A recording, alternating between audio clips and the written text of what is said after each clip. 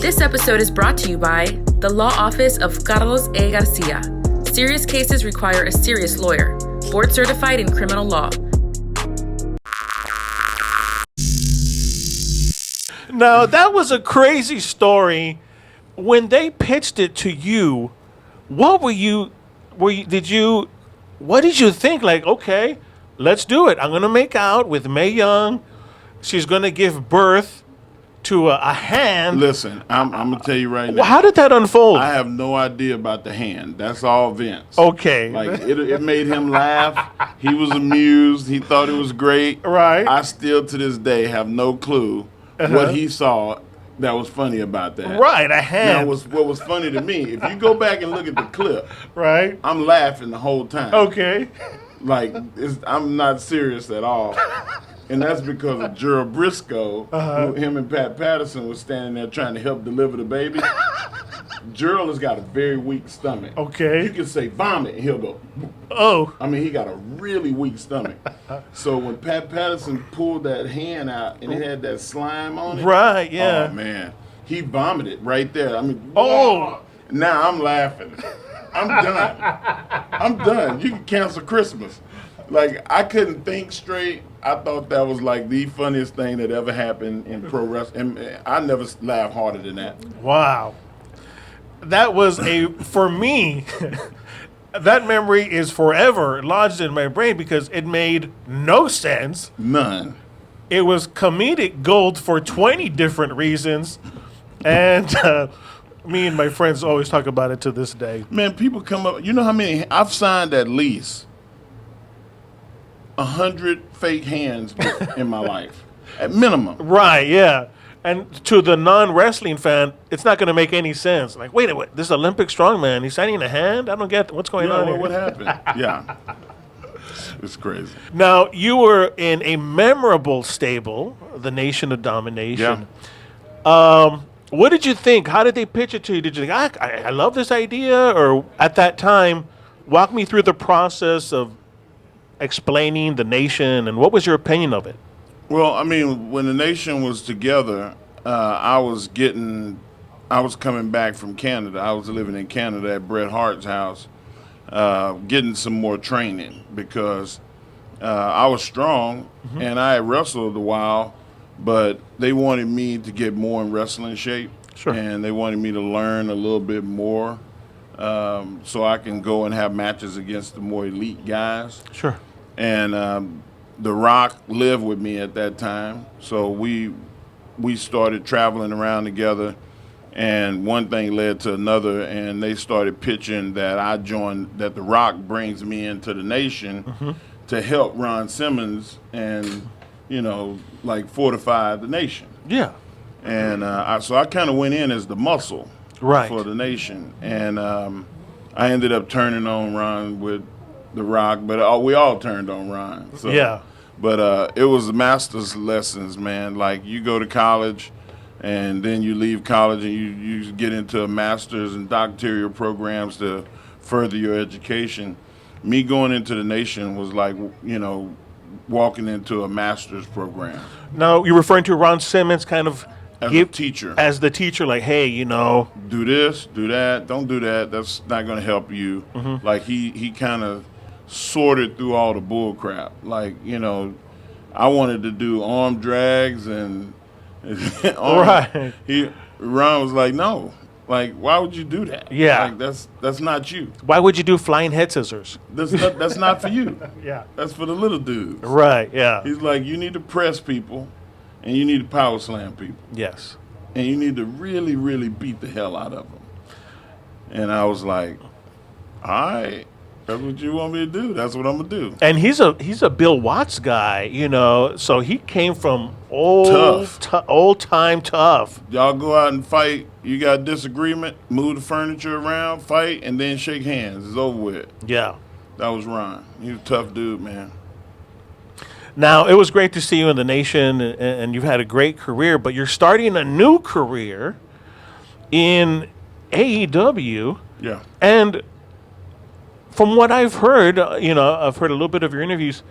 What exactly is your role going to be? It sounds like it's multi-layered. is. Elaborate on this multi-layered new career in AEW. Well, AEW is a new company. I mean, 3 years is still a baby, and there's a lot of things that they do really well, but then there's also a lot of things that they're not exposed to, and at least the talent are not exposed to. Tony Khan is exposed to it, but he wants that for his athletes, and I'm there to help bring everybody up to speed. You know, the work with charity groups, the educational programming, the community involvement, as well as psychology and coaching for all those big guys. Like, there's a lot of guys that was like young Mark Henry before Ron Simmons came along.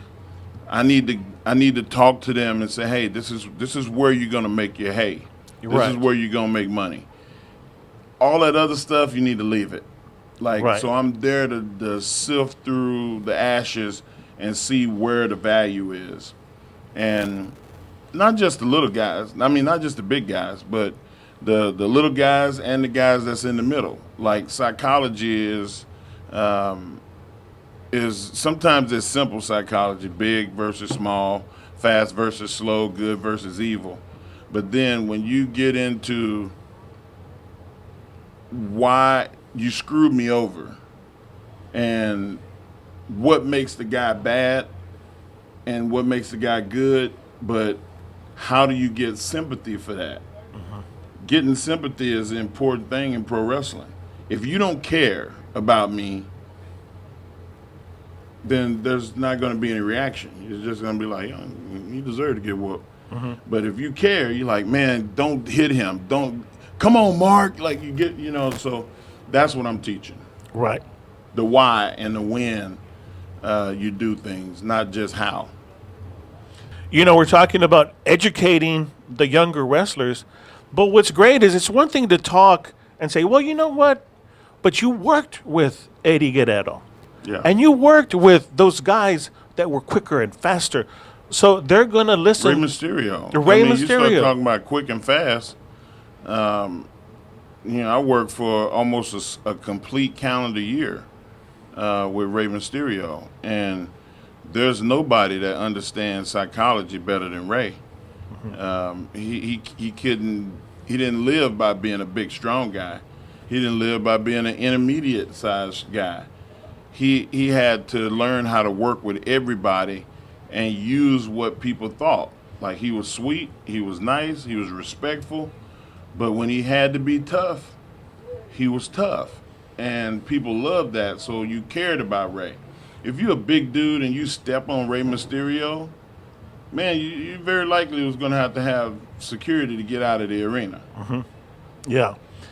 You worked with tons of guys, and when we talk about Rey Mysterio and Eddie, what is the one thing you feel like the talent at AEW could do that would just change their match just a little bit, take it to that next level? Is there anything that you're seeing right off the bat that you think, you know what, let's go this, let's do this? I think that the bad guys need to use the referee more. They need to the referees have to be taught things too. The way that you make people mad is you cheat behind the referee back. If I punch you right in front of the referee, it don't matter. But if I turn my back to you and I poke you in the eye, I poke you in the throat, and the referee didn't see it, now he's like, what's going on? And everybody's mad trying to tell him, you get reaction. That's the thing about pro wrestling. The guys that are good, everybody wants to be cool.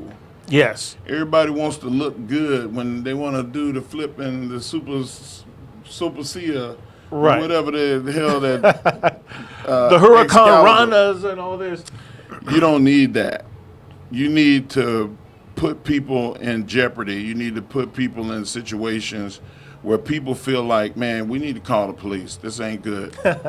Like, you know what I'm saying? Right, like you need to tell stories and make people feel for you. You got to create feelings.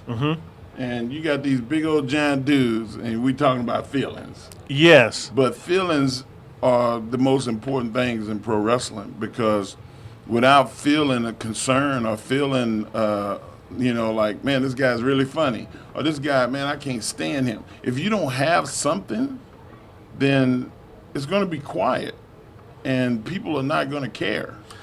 You know, it's interesting. When people talk and they critique a show, I don't think anyone would ever say the referees are not being. No one, I don't think, would ever even come up with that concept. No. And that's what I look forward to seeing you do. That's on one AEW. of the things that I'm trying to really put in people. There was a point where the good guy was on the floor. He got knocked down by the bad guy. The bad guy had another guy outside the ring walking towards the good guy while he was on the ground. The referee was distracted by the bad guy in the ring.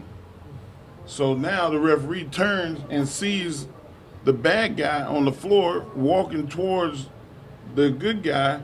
The referee did not run and get in between them and say, hey, no, you got to leave. Get back or I'm going to throw you out of here. He didn't do that. So he's in the ring going, come on, move, move, move. What's the referee job right there? Yeah. 1, 2, 3. They're supposed to be counting because there's supposed to be a count out. If the person is Correct. outside and can't respond, you got to count them out. So there's 2 jobs that they didn't do. So kindly pull them aside. Hey, you got to go down there to the floor and you got to tell that person to get the hell out the way. And then you need to get back in the ring and start to count. Because that's what the people are waiting on. They're confused. They want the drama. If you're standing in the ring doing this, I could do that. Yeah, yeah. One of the fans could do that. Yeah. We don't need you. So make yourself useful. And those are the little troubleshooting things. And they're going to get it. They're going to get it. It's a young company. Everybody make mistakes, man. I mean, I made a lot of them.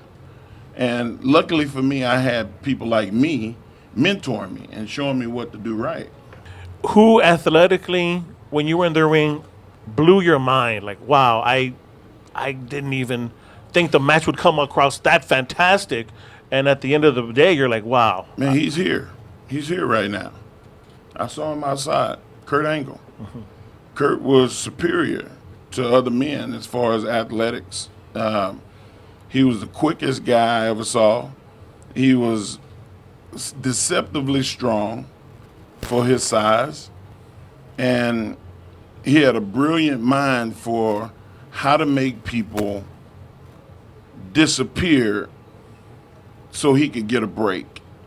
And that's just skill.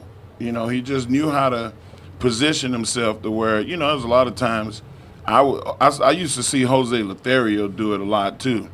He was not the biggest guy, so he had to use leverage and he had to use momentum and he had to move around to get the job done. Kurt did the same thing, just with more tools. Yeah. Mr. Mark Henry, it's a pleasure to have you here in deep South Texas. It's great. It's time to go sign, man. These people out here waiting. That's true. It's great to have you here on PVT. Glad to have you here in South Texas. Give a big shout out to everybody out there. And hey, thanks for coming down. It's been a real pleasure. Thank y'all for having me down here.